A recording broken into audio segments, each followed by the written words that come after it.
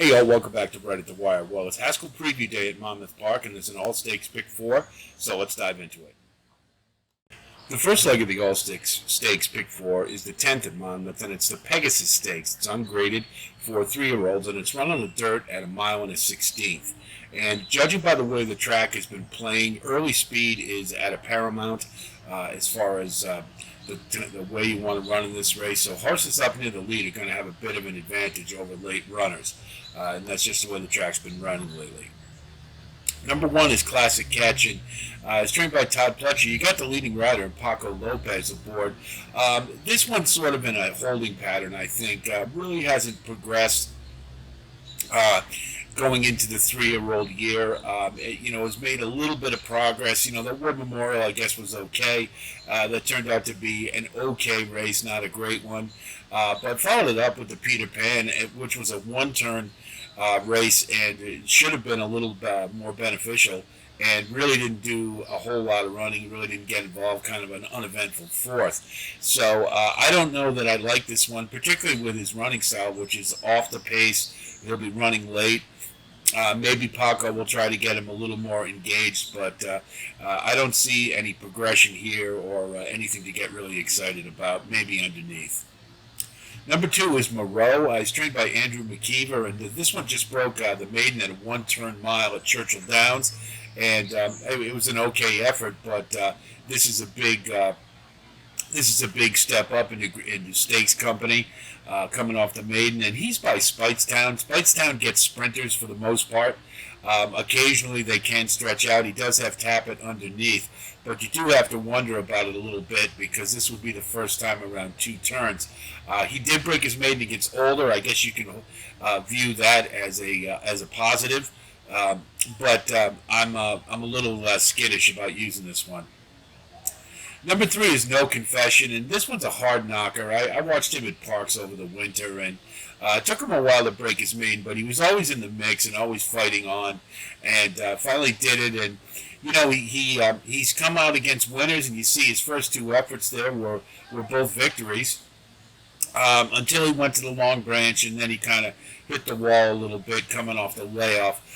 He was on the engine, and really just couldn't stay with the rest of the horses in this race. So you have to wonder if class is going to be an issue. With the likes of Kingsbarns in here, that kind of raises the class level. So I think he'll be a pace factor, and he's definitely a fighter, but I just don't know that he has enough to factor here. Number 4 is Salute the Stars. Trained by Brad Cox. You get Joel Rosario aboard. The last race is kind of interesting, is that he came off the turf at Churchill Downs, and he won, had a nice victory in a starter allowance. My question is that his first 2 efforts were around turf, where he was making pretty good progress, and had a big jump when he moved to dirt. Now, it was in the slop, and a lot of times turf horses can run well when it's sloppy on the dirt. So there's a big jump, so I wonder a little bit about regression. And this one's kind of shaky, in my opinion. So if you like them, I demand a price, and I'm just not sure I want to use them at that short a price. Alternate Reality, it really just looks outclassed in this. The last race was an option 62 and got a winner, but the buyers are light. You see a kind of a little bit of an improvement. I mean, he did get his first start against winners, and first win against winners, first time facing him. And Winter's Lion's a pretty good horse, but I just don't. I just think he's kind of up against it here, particularly since he's going to be coming off the pace. Not a good place to be. Maybe underneath at 12-1, maybe worth a look there. Number 6 is Subrogate. He's going to be on the engine. His last effort was a pretty darn good one. He was gritty all the way down the track. Had a big challenge, and he was able to hold off to get the maiden win. And it was against Older, which is always a plus, as we noted. Jorge Duarte this is a good angle for him. He's 20% and 67% of the money sprint to route with 3-year-olds. And this one is by Arrogate, so 2 turns shouldn't be a problem at all. Probably is going to send and be on the engine. There is some other company, notably Kingsbarns. So being I just kind of wonder about that because it is the first effort around 2 turns. But I think this one has some quality. He sold the Keeneland sale for $250,000, so there's some expectations here. Maybe you keep this one in the exotics for a price. How great is Nate? I've always liked this horse. He's a tough one. You look. He started off his career at 4-0, and then unfortunately, we all remember the Gotham where he lost the rider at the break, and he basically stayed in the mix all the way around the track and until they finally collared him. But he came back in the private terms, and he did okay, rated pretty well, and before giving up, got fourth. But in the Long Branch, he rebounded very nicely and had a really nice win with a game effort. Now, that was a career high, and it was a pretty good boost from what he had normally done third off the layoff. So it is possible a new form cycle will be starting. But, this one, he's a competitor, and he is by Speightster, but he's validated to me that he can run around 2 turns with no problem. It's just a question of, that's just a big number to follow it up with, where class-wise he might be a little on the shaky side. So I think he's a contender at 6-1. I think that's a pretty good price, worth a venture. Number 8 is Kingsbarns. We all remember him from the Derby Trail. And you see he started off 3-0 and got progressively better until that, ran that ridiculously slow Louisiana Derby. Wasn't his fault. They gave him the lead. He took it. But in the Derby, he was up near a really hot pace and fell back as to be expected. So we're going to kind of draw a line through that one and not blame him too much. He's had plenty of time off since the Derby. Getting him off the Triple Crown Trail was a good thing to regroup a little bit. I think this is a good spot as a confidence builder to get him back and up and running. I think he's a logical win candidate, and in fact, I think you could probably single him in this race. The second leg of the All-Stakes Big Four is the 11th, and it's the Grade 3 Eatontown Stakes. It's run on the turf at 1.16 miles for 3-year-olds and up, fillies and mares, and this is a good one. Pretty deep field. Number 1 is surprisingly, and Shug McGahee's barn hasn't been doing so great lately at Belmont or at Monmouth, but this one could very well reverse the fortunes. He's got Paco Lopez aboard as the leading rider, and this one has experience with, Paco has experience with this one before. You see the last 3 efforts have all been solid in the graded stakes field, and losing to market segmentation is no sin at all, since she just came back to win with a pretty convincing stakes victory, beating Warlike Goddess, which is no easy feat. You got Shantasara as you faced as well, and this one has a pretty good style for this event because there is a lot of speed signed on. So I think rating just off the speed is a pretty good place to be, and that's likely where this one will be. And I think it's a logical use. Vergara is trained by Graham Motion, and doesn't have Joel Rosario. He hopped off, and you get Jose Ruiz, and so there's a bit of a downgrade jockey-wise. This one always seems to be the bridesmaid. It has some talent for sure, but just really doesn't seem to get there at the graded stakes level. There always seems to be better. That's really my big knock on this one. Showed some promise early in the career, and really just it hasn't really seemed to get to the next level, and that's my concern more than anything else. So I would really, I probably wouldn't use this one in this field. Consumer spending, one of the 2 Chad Browns in here, and you do get Sammy Camacho aboard, with whom Chad Brown connects very well, 33%. It's coming second off the layoff, so this one should be primed for a good effort. But the one thing I'll say is that the Bogey, that last effort, granted she did lose to market segmentation, who is definitely peaking right now and has really found her niche. But the thing is, she rated behind the leaders, behind the pace leader the whole race, and just was passed in the stretch. Really didn't have any excuse whatsoever. Now you can't argue that maybe this one needed a race after a long layoff, having not run since August. That's true. But if you do look, this one seems to be in a bit of a holding pattern as far as speed-wise, racing prowess, did replicate the career high buyer coming off the layoff. So it is possible that this one can provide a better effort, and I think would have to win this race. So I think this is a logical use, but I have my reservations. I'm not sure that this one's a real solid win candidate, but it could happen. Number 4 is Scottish Star. This is likely your pace presence. Got a real big habit of giving it up late, and you see a lot of seconds there, 3 in a row as a matter of fact, all of which she was on the engine, and it's just not a healthy thing, especially when you have other speed signed on in this race to challenge her. And I just kind of like others more, particularly, just giving it up late is just not something that can get you real excited, so I'll pass. Number 5 is Spirit and Glory. It's coming off a nice ungraded stakes win, defeating Scottish Star, in fact, and is trending upward. This is third off the layoff for a hot barn. Robert Falcone doing really well here, as well as Belmont, and so there's some things to like, but you do have to note there have been a couple efforts in the graded stakes arena before, and they were subpar, rather disappointing. So perhaps there's a class ceiling involved here. There are other late runners in this race who you'd have to favor over Spirit and Glory. So hopefully you'll get a decent price, but I likely would look elsewhere. Number 6 is Monmouth, and would have to do better than that last race. It was just pretty disappointing compared to what this one normally does. You see, the British Cup Mile was the previous effort and got a good 5th against Modern Games. So I mean that's not. You see some grade 1s in France. This one is got plenty of back class and can certainly do better.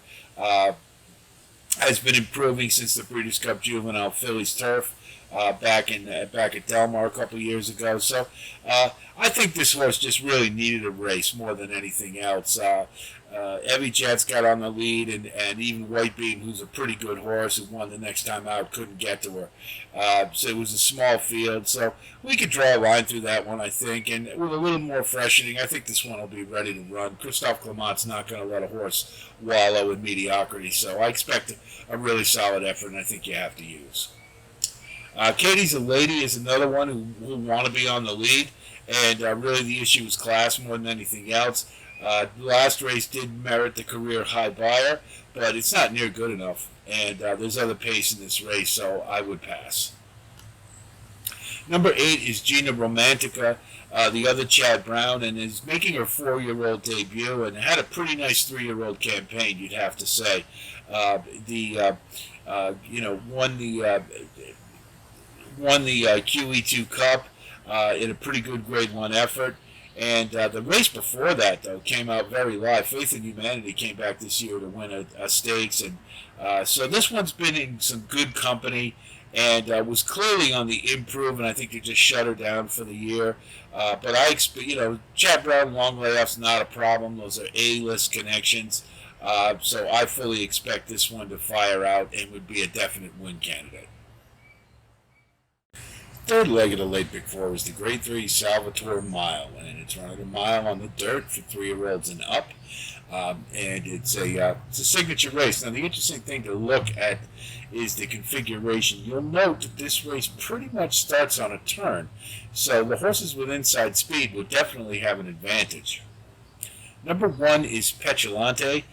He's trained by Victor Barboza, and you get Luis Saez aboard, and he's been a jockey for the last 2, which have been pretty good wins on the front end.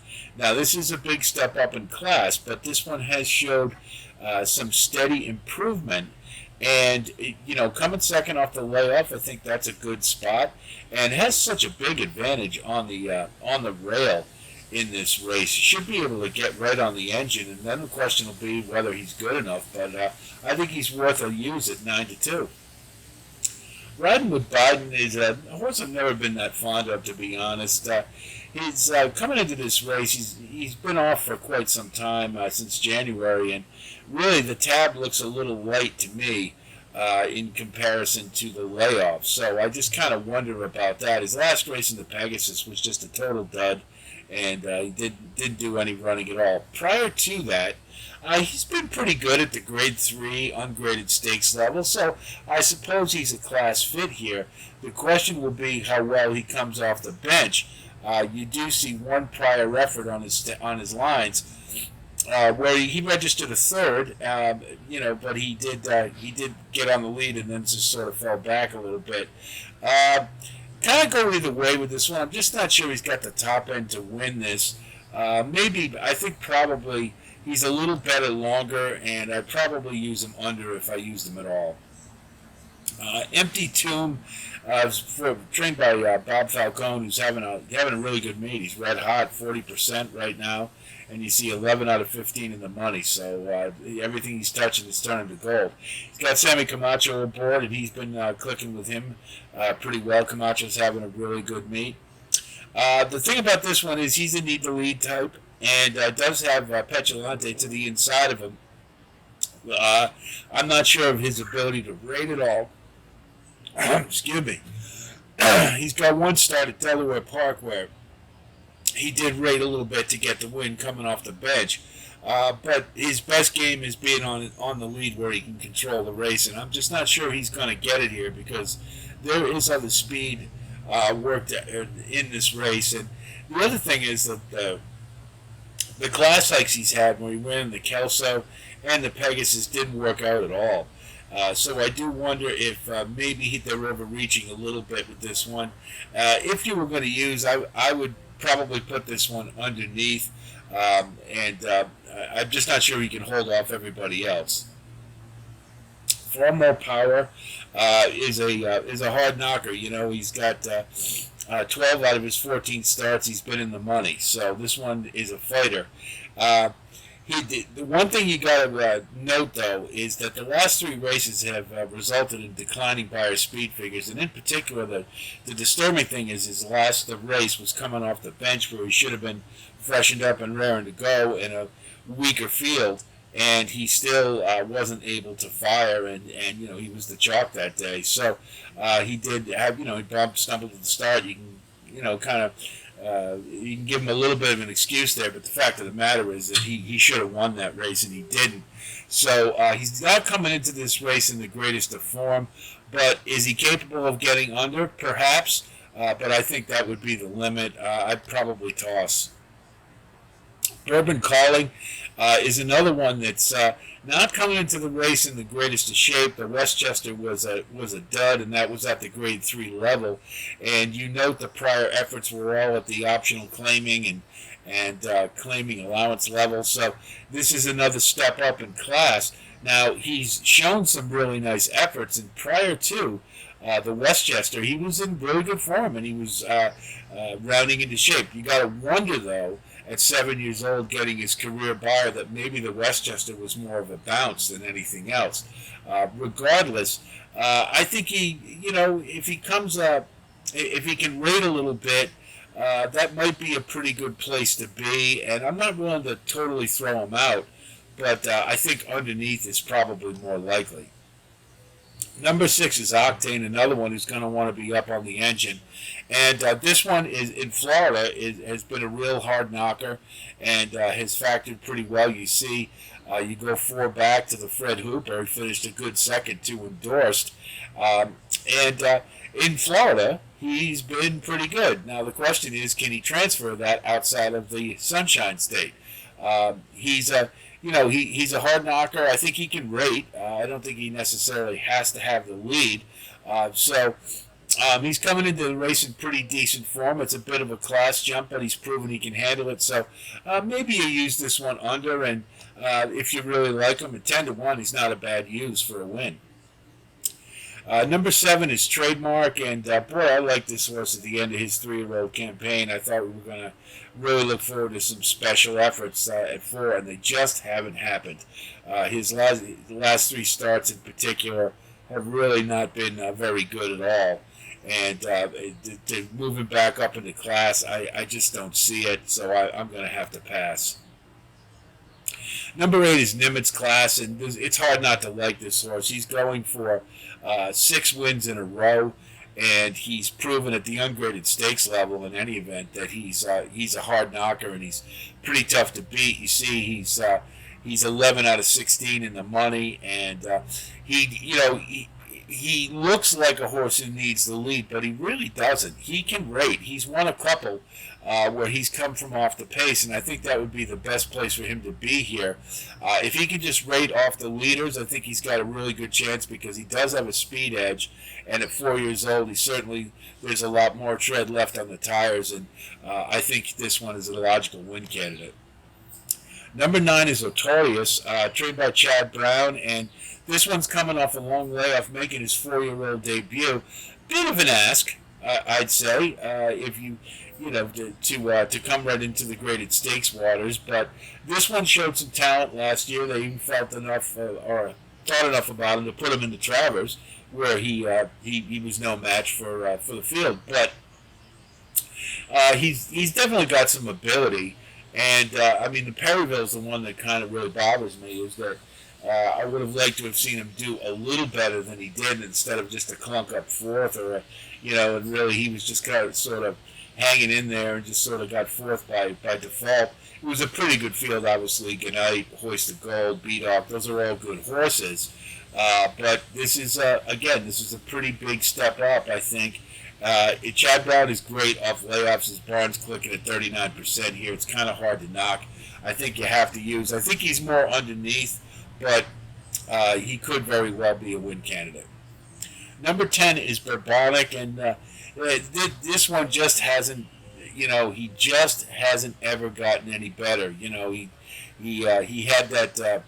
He won the Wood Memorial, and he just really hasn't done much since to tell you that this one would be competitive at the stakes level, particularly if you consider the last one they moved him to turf, and I think that was more of a desperation move, just trying to find a place for him, because he's just not factoring anywhere else.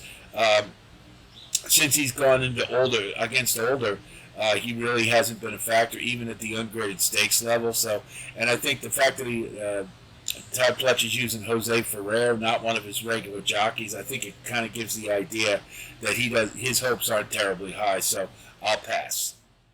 The last leg of the All-Stakes Big Four is the 13th race, and it's the Grade 3 Monmouth Stakes. It's run on the turf at 1 1/8 for 3-year-olds and up, and important to note that this one starts in a chute, so it's kind of like 2.5 turns, you would say, and I'd say horses to the inside with any speed probably have a little bit of an advantage. Number 1 is Tribuvan, another Chad Brown, and he needs no introduction. He's killing it in the meet. This one, we know what he's going to do. He's going to want to be on the front end. It's a little bit of a cut back in distance, which probably would be favorable. Given the one hole, I think he's in pretty good shape. He's coming off a long layoff, so he's definitely going to be fresh. If he can hold on. He's got a decent record, but he is 7 years old now, so we always have to consider that. But maybe one to think about on the front end. Number 2 is Never Explain, Shug McGahee, and he's got Luis Saez aboard. This one in the dinner party last time came up with a nice effort, and he beat Emmanuel, so that's who just came back and won, so that's a pretty good Grade 3 stakes win. This one has been, doing a classic Shug McGahee. He's just slow, grinding, steady improvement. And that may have been the culmination with a career-high buyer at 5, but I would tend to believe that this one would be in good form and would certainly be a win candidate, and I would definitely use. Speaking Scout, is trained by Graham Motion, and he's coming in third off the layoff. I think he had a pretty good chance in the dinner party, and really didn't come out of it that well. He got a 94, and he got fourth, but he was a little late to get going. And he did have some problems early on. You see, he bobbled on the inside. But I think this one, going to the Pegasus last year, he ran a really nice effort, and at 3, and that's or at 4 rather. I'm sorry, but a pretty good effort. And I think this one's capable of better. And he is again third off the layoff, so he could be in good shape in this one. Number 4 is Dynadrive, tamed by Tom Morley, and you get Nick Juarez aboard. This one's also second off the layoff, and he ran in the Fort Marcy last time, he improved his position. He ran a race where he's getting a little better to give you the indication that perhaps the next one would be a decent effort. His graded stakes efforts prior to that have been not so great, so I just wonder if maybe he's in a little over his head. But you can't knock the fact that he just came up with a nice race in his last one. So perhaps he'll run better this time at 8-1. If you do like him, you get a square price. Number 5 is Commandeer, trained by Jimmy Toner. And again, another one coming second off the layoff, granted at the N3X level, but it was a nice effort. Losing the Royal Patronage to me would be a bit of a concern because that horse just doesn't know how to win, and so that's a little bit of an issue to me. You see that the one graded stakes effort in the Go Sapper wasn't very effective. It looks like they've tried to alter this one's style to bring him off the pace a little bit more, so perhaps that would help. He did get his career buyer last time, so off a long layoff. I'm not sure he'll be able to replicate that in this field, but you do get Paco Lopez aboard, so there is some possibilities, and you do get 5-1, which isn't a bad rate. Number 6 is Catnip. It's trained by Michael Stidham, and you see this one's lately raced and had one effort at the graded stakes level in the Virginia Derby, and tried to take them all the way and faded late. You see that most of the time this one can come off the pace. The last couple he's tried to do it, but this is a big step up with this to this class level, given the others who most of which are coming off career high buyers. My thought is that even if he does run a career high, which is very possible, third off the layoff, I think there's others that appeal more to me here. So here's what our ticket looks like. In the 10th, we're going to single Kingsbarns. I think he's the class of the field, and he should win it easily. In the 11th, we're going to use 1, 3, 6, and 8. In the 12th, we're going to use 1, 8, and 9. If you want to be bold, you could even single the 8. And in the 13th, we're going to use 1, 2, 3, and what I think is a fairly contentious turf race, but I think those are the 3 best options. So that's the pick 4. Pretty good set of stakes races, I think, and got a good shot at taking it down, provided Kingsbarns does what he should and single and take out that first race. We're going to have more coverage on Royal Ascot coming early next week, so be on the lookout for that. And if you do like what you see here, of course, please like and subscribe, and we do thank you for coming by. I'll be talking to you in the very near future, and until then, be well.